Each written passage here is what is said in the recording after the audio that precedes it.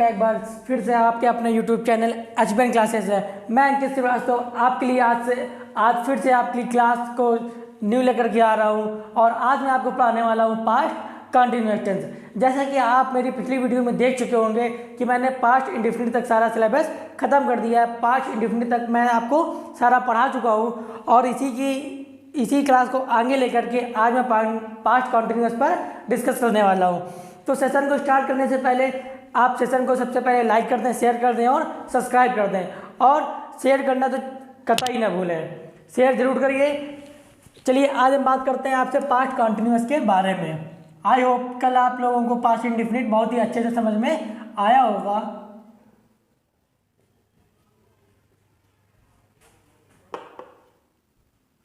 Past continuous, चलिए firstly सबसे पहले ये जान लेते हैं कि इसकी पहचान क्या होती है। तो मैं पहचान के बारे में बताना चाहूँगा कि जिन हिंदी वाक्यों के अंत में रहा था, रही थी, रहे थे, जिन हिंदी वाक्यों के अंत में रहा था, रहे थे, रही थी, इस टाइप से शब्द आते हैं तो उसको पहचान हमारी किसकी दिलाती है? पास्ट कंटिन्यूअस की। आइए जानते हैं पहचान से। पहचान रहा था, रही थी, रहे थे। सिंपल सा, इसमें कोई भी टिपिकल नहीं है, बहुत ही आसान है। आप लोगों को बहुत ही अच्छे से समझ में आएगा, इसकी गारंटी हमारी है। और बेल आइकन आप जरूर दबा दीजिए जिससे हमारी नेक्स्ट वीडियो आपके स्क्रीन पर दिख जाए और घंटा दबाना तो कतई ना भूलें। चलिए आगे बात करते हैं हेल्पिंग वर्ब की। और ये हमारा विश्वास है कि आपके गुर्दे दिल फेफड़े में बिठाने की जिम्मेदारी हमारी। बस आप हमारे साथ लगे रहिए, वीडियो को विदाउट स्किप पूरा एंड तक जरूर देखें। अब बात करते हैं हेल्पिंग वर्ब की। हेल्पिंग वर्ब है आपकी वाज और वर। वाज है, वर्ब है प्लस V1 प्लस ING। मतलब कि जिस तरह से हमने प्रेजेंट कॉन्टिन्यूअस टेंस में पढ़ा था वर्ब की फर्स्ट फॉर्म में ING लगाते हैं, उसी प्रकार से यहाँ भी वर्ब की फर्स्ट फॉर्म में ING लगाते हैं। ओनली केवल चेंजमेंट क्या है? हेल्पिंग वर्ब का। तो जानते हैं हेल्पिंग वर्ब आपकी होती है वाज और वर और प्लस वर्ब की फर्स्ट फॉर्म में ING। जैसे अब थोड़ा सा ये समझ लेते हैं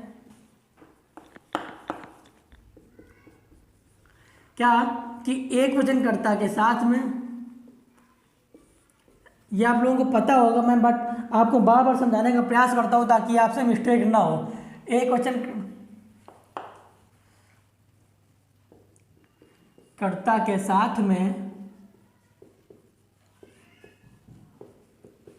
was plus V1 plus ING form.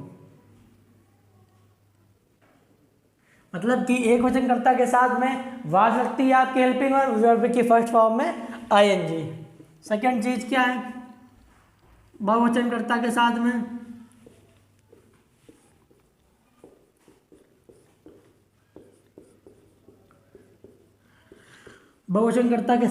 Were plus V1 plus ING form. एक वचनकर्ता के साथ में वर्ब के साथ में वाज के साथ में वर्ब की फर्स्ट फॉर्म प्लस ING लगता है। अब बहुवचनकर्ता के साथ में वर्ब के साथ में V1 यानी कि वर्ब की फर्स्ट फॉर्म प्लस ING लगते हैं। तो आई होप आप लोगों को यहाँ तक बहुत ही अच्छे से और आसान तरीके से समझ में आया होगा। अब यहाँ पर एग्जाम्पल के बेस पे हम आपको समझाने का प्रयास करेंगे जिससे आपको बहुत ही अच्छे से क्लियर हो जाएगा। तो अभी छोटा सा मोटा सा प्यारा सा एक कॉन्सेप्ट है, जो छोटा सा हमारा रूल है जिसके बेस पे हम चलने वाले हैं। तो चलिए ये जान लेते हैं और इसको लिख लेते हैं। तो आप लोगों को ये लिखना होगा, आप लिख लीजिए और इसका स्क्रीनशॉट लीजिए, फिर हम आगे चलते हैं। चलिए आगे चलते हैं। अब बात करते हैं अफर्मेटिव सेंटेंस की। इसको मैं इरेज कर रहा हूँ, शायद आप लोगों ने लिख लिया होगा। अफर्मेटिव सेंटेंस,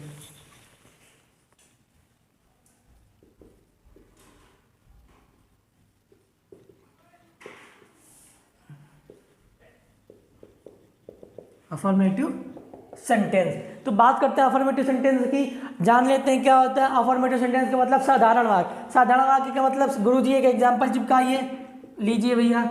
मैंने कहा वह अपनी पुस्तक पढ़ रही थी। वह अपनी पुस्तक पढ़ रही थी। सिंपल सा एक बहुत ही हलवा सा एग्जाम्पल मैंने आपको दिया ताकि आप लोग इस हल्के से एग्जाम्पल में हल्के में समझ पाएँ। बात को समझने का प्रयास करिएगा। वह अपनी पुस्तक पढ़ रही है। सी क्या है? सिंगल नंबर के साथ में वह जाता है। सी वर्ब क्या कर रही है? पढ़ रही है। मेन वर्ब क्या है? रीडिंग, रीड, और रीड में फर्स्ट फॉर्म, वर्ब की फर्स्ट फॉर्म में ING. She was reading her book. आप लोग reading her book, she was reading her book बहुत ही आसान तरीका है। She was reading her book. जब ये फेमिनाइन जेंडर है तो फेमिनाइन जेंडर के लिए अपने के लिए क्या लगाते हैं? हर। और जब यदि यहाँ ही होता तो क्या लगाते हैं? His book. आई होप यहाँ तक आप लोगों को समझ में आ गया होगा। चलिए नेक्स्ट एग्जाम्पल पर समझते हैं।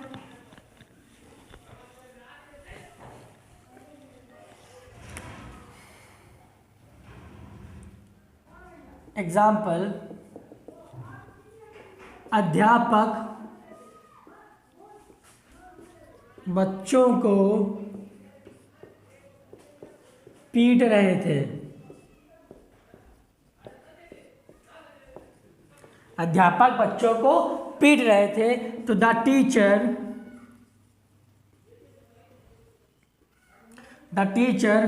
वाज बीटिंग ऑफ, किसको पीट रहे थे? बच्चों को, ऑफ चिल्ड्रंस। आई होप भी आप लोगों को समझ में आया होगा बहुत ही अच्छे तरीके से। अध्यापक बच्चों को पीट रहे थे तो the teacher was helping verb teaching, the teacher was beating of childrens. Any problem? कोई भी समस्या किसी भी प्रकार की? हमारे साथ में कोनो प्रॉब्लम ना हुई। अगर हुए तो आप लोग कमेंट बॉक्स में कर सकते हैं। आपके हर एक कमेंट का आप रिप्लाई देते हैं और आपकी समस्या का समाधान करते हैं। आपके समस्या के समाधान के लिए हम यहाँ पर खड़े हुए हैं, यूट्यूब पर उतर करके आए हैं। मैं जानता हूँ कि बहुत से बच्चे ऐसे होते हैं जिनको अपनी समस्या बताने का किसी को पास मौका नहीं मिल पाता है, या कोई हेजिटेट की वजह से अपनी शर्मिंदगी के कारण वो अपनी समस्या सबसे नहीं बता सकते।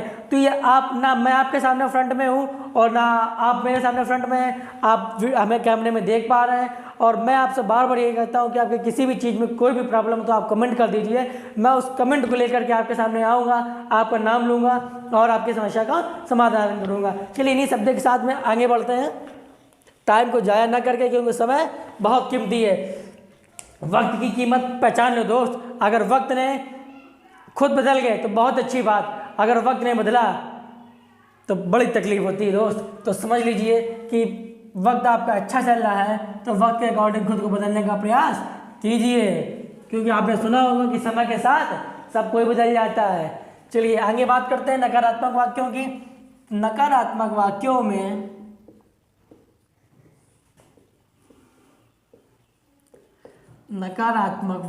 में वाज या वर के बाद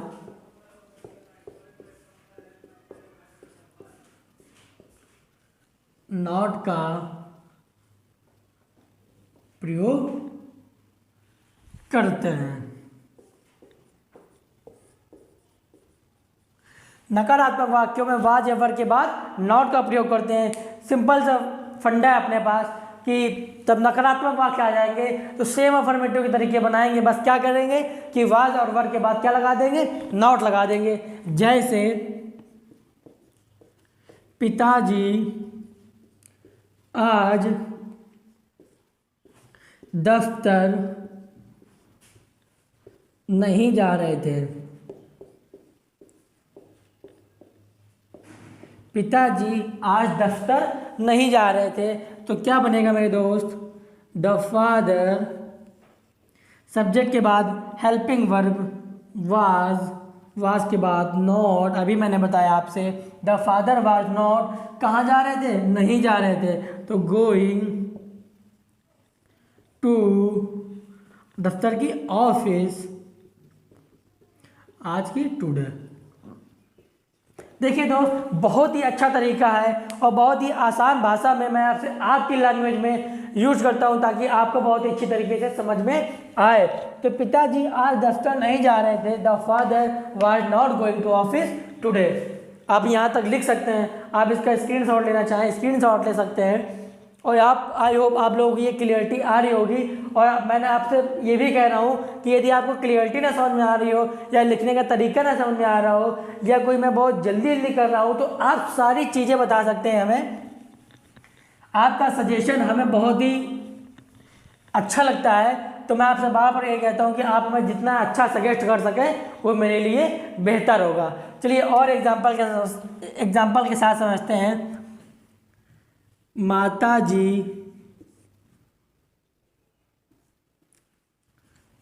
जी प्रतिदिन रामायण नहीं पढ़ रही थी।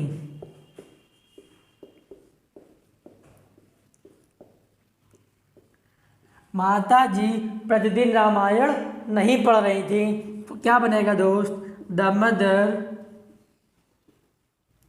was not reading, क्या नहीं पढ़ रही थी?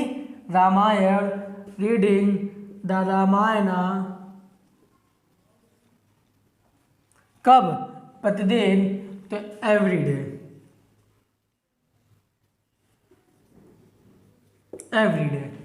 ये आई होप आप लोगों को समझ में आया होगा बहुत ही अच्छे तरीके से। मेरे हिसाब से सबको आ गया हो गया। कोई भी किसी भी प्रकार की समस्या हो तो बताइए, कमेंट करिए। आगे चलते हैं। चलिए अब बात करने वाले हैं आपसे इंट्रोगेटिव सेंटेंस की। आप लोग भी सोच रहे अरे गुरुजी तो बिल्कुल ऐसे चल रहे हैं जैसे भाई हेलीकॉप्टर में बैठे जा रहे हैं। अरे भैया तुम मेरे पढ़ाने का अंदाज़ा नहीं समझते हो अभी। मैं उनमें से नहीं हूँ जो एक एक चीज़ लिख के चलूँ कि भैया ये ऐसा होता है। आप लोग अब इंटर के स्टूडेंट्स हैं तो आप लोग खुद समझ सकते हैं कि अब आपके पास लिखने का समय नहीं बचा हुआ है। यदि आप लिखेंगे तो फिर साल भर लिखते रहेंगे। 2 महीना आपके पास बचा है पेपर के लिए, तो आपको समझने की ज़रूरत है। वही कॉन्सेप्ट पर डेली, तो इस चीज़ को समझने की कोशिश करो ना। तो जिस हिसाब से मैं पढ़ा रहा हूँ उसी हिसाब से यदि आप पढ़ेंगे पर डे, तो आई होप मैं प्रॉमिस दिलाता हूँ आपसे कि आपको 90% दिलाने से कोई नहीं रोक सकता। चलिए बात करते हैं आगे इंट्रोगेटिव सेंटेंस की।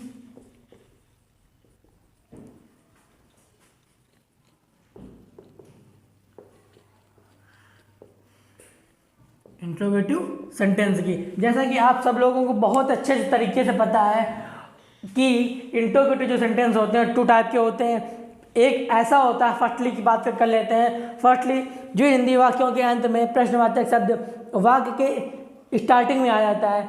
जिन हिंदी वाक्यों में प्रश्नवाचक शब्द वाक्य के शुरुआत में आ जाता है, तब उसका इंग्लिश में ट्रांसलेशन करने के लिए उसके हेल्पिंग वर्ब से स्टार्टिंग करते हैं। अदरवाइज सेकंड की बात करते हैं, जिन हिंदी वाक्यों के अंत में प्रश्नवाचक शब्द वाक्य के बीच में आ जाता है, तब क्या करते हैं? उसकी शुरुआत ट्रांसलेट करने के लिए हम प्रश्नवाचक शब्द की अंग्रेजी से शुरुआत करते हैं। यहाँ तक आई होप आप लोगों को समझ में आ गया होगा। ये सारे देसी फंडे हैं और स्टार्टिंग से आप पढ़ते चले आ रहे हैं, प्रेजेंट इंडेफिनिट से लेकर के कल पास्ट इंडेफिनिट तक पढ़ा, तो सारे में सब में यही रूल्स है। चलिए अब बात एग्जाम्पल से करते हैं। एग्जाम्पल करेंगे तो आप लोगों को बहुत ही बेटर समझ में आएगा। जैसे बात करते हैं,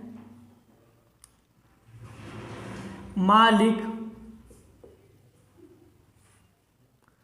नौकर को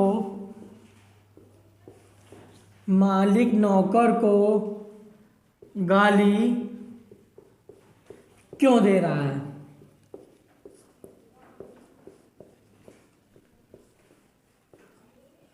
मालिक नौकर को गाली क्यों दे रहा है? और वाक्य के अंत में प्रश्नवाचक चिन्ह लगाना जरूर ध्यान रखिएगा। तो बात करते हैं अब सबसे पहले बात क्या करते हैं कि इसमें देखिए प्रश्नवाचक शब्द क्या, बहुत ही बच्चे यहाँ ध्यान नहीं देते हैं कि इंट्रोगेटिव है या अदरवाइज नेगेटिव है, बस सीधे यहाँ से शुरू हो गए। तो सबसे पहले आपको टेंस को एक बार अच्छे से पढ़ना है कि क्या लिखा हुआ है, क्या मैटर कह रहा है। तो हमने प्रश्नवाचक शब्द में वाक्य के बीच में मिल गया। अब क्या करते हैं, बीच में मिल गया तो स्टार्टिंग कहाँ से करेंगे? प्रश्नवाचक शब्द की अंग्रेजी से। इसके बाद हेल्पिंग वर्ब, तो मालिक के अकॉर्डिंग हेल्पिंग वर्ब क्या है कि was, why was the master, गाली देना क्या होती है? एब्यूज, और एब्यूज में आईएनजी जोड़ देंगे, abusing. Why was the master, गाली देना, एब्यूज मीन्स क्या होता है? गाली देना। Why was the master abusing of, किसको देना गाली? नौकर को, सर्वेंट। Question mark. तो आई होप आप लोगों को ये समझ में आया होगा मालिक नौकर को गाली क्यों दे रहा है। तो why was the master abusing of servant. Any problem? कोई भी समस्या किसी भी प्रकार की लिखना चाहें आप लिख सकते हैं। ओ सॉरी, यहाँ पर आपको पहचान क्या है कि दे रहा था, ये कर लीजिए क्योंकि यहाँ पर हाँ आ गया, दे रहा था। मालिक नौकर को गाली क्यों दे रहा था? तो why was the master abusing of servant. चलिए आगे चले, लिख लिया आप लोगों ने? चलिए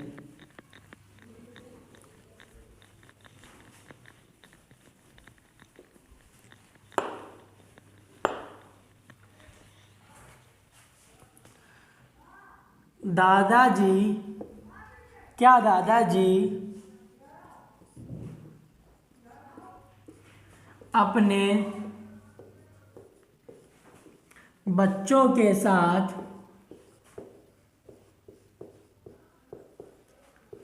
सुबह या बच्चों के साथ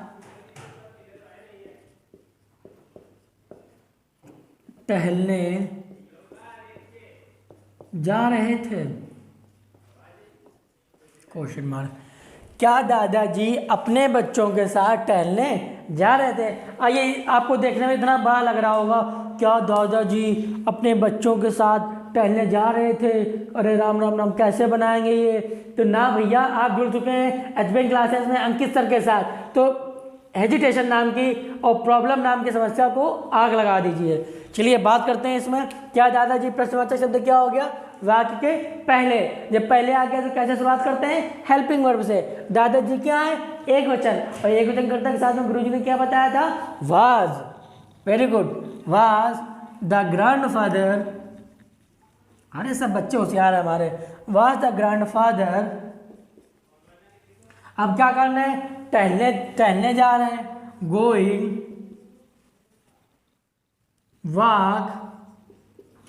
was the grandfather going walk, किसके साथ? अपने बच्चों के साथ। तो विद हिज चिल्ड्रंस। देखो आप लोगों को कितना बड़ा लग रहा था, क्या दादाजी अपने बच्चों के साथ टहलने जा रहे थे? सिंपल सा बन गया, was the grandfather going to walk with his children. यहाँ तक किसी को किसी भी प्रकार की कौनो समस्या, कौनो परेशानी हो तो बताइए कमेंट में। चलो आगे चलते हैं। आई होप आप लोगों को इंट्रोगेटिव बहुत ही आसान तरीके से क्लियर हुआ होगा। चलिए और दो तीन बढ़िया बढ़िया टास्क एग्जाम्पल चिपकाते हैं कि क्या किसान एक गाय खरीद रहा था? क्या किसान एक गाय खरीद रहा था? बहुत सा सिंपल सा है कि was the farmer buying a काऊ। लो कितना सिंपल है, जितना हिंदी पे उसका लॉन्ग होता है उतना ही इंग्लिश में शॉर्ट बन जाता है। क्या किसान एक गाय खरीद रहा था? Was the farmer buying a cow. Simple सा है, फिर भी परेशान हो तो हमने कहा आपसे परेशानी को आप आग लगा दीजिए और भूल जाइए परेशानी क्या होती है, क्योंकि आप जुड़ चुके हैं एचबीएन क्लासेस में। और जैसा कि मैं आपसे बार बार कहता हूँ कि हमारा टेलीग्राम में चैनल है, टेलीग्राम में हमारा चैनल है एचबीएन क्लासेस के नाम से। आप इसको सर्च बॉक्स में जाइए और जा करके उसमें कल के वीडियो में मैं आपको कैसे करना है, जो हो सकता है न्यू बच्चे हों उनको ऐड करना, ज्वाइन होना पता हो, तो मैं आपको डायरेक्ट कल बताऊंगा अपने मोबाइल या डेस्कटॉप से कि टेलीग्राम में जा करके आपको कैसे ज्वाइन होना है। टेलीग्राम की हमारी लिंक डिस्क्रिप्शन बॉक्स में पड़ी हुई है, आप उससे लिंक को ओपन करेंगे और जा करके सीधे ज्वाइन हो जाएंगे। सेकेंड चीज़, जिससे टेलीग्राम में ज्वाइन होने का फ़ायदा ये है कि जिससे हमारे जो जितने भी पुराने वीडियोज़ हैं उनकी सारी लिंक हमारी दे रखी है। जो हमारी वीडियो पहली बार देख रहे हो तो हमारे इसके पहले की वीडियो ज़रूर देख लें, नहीं तो उनको ये समझ में नहीं आएगा, क्योंकि हमारा अंदाज ही अलग है। चलिए एक और एग्जाम्पल समझते हैं। शरारती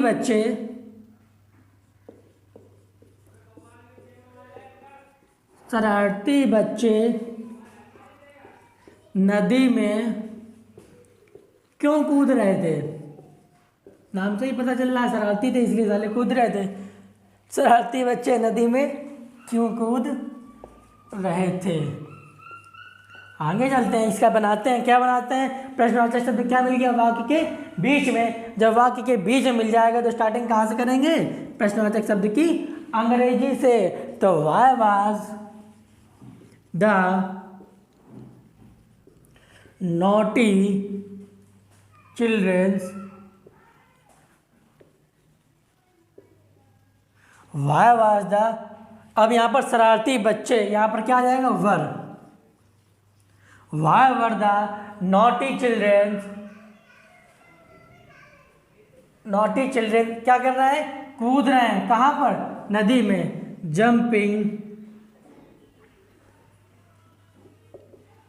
जंपिंग किसमें? Into the river.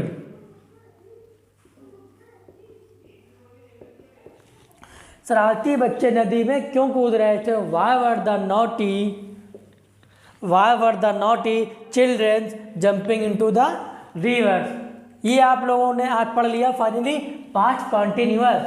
आज आपका पास्ट कॉन्टिन्यूअस खत्म हो गया और कल की क्लास में जैसे कि अपना ही पीरियड चलता था, जैसा कि अपना टाइम टेबल चल रहा था, उसके अकॉर्डिंग कल क्लास होने वाली है। तो आई होप यहाँ तक आप लोगों को बहुत ही अच्छा और शानदार और बेहतरीन, फैंटास्टिक और आउटस्टैंडिंग और एकदम अमेजिंग इस तरह से आप लोगों को सभी तरह से समझ में आया होगा।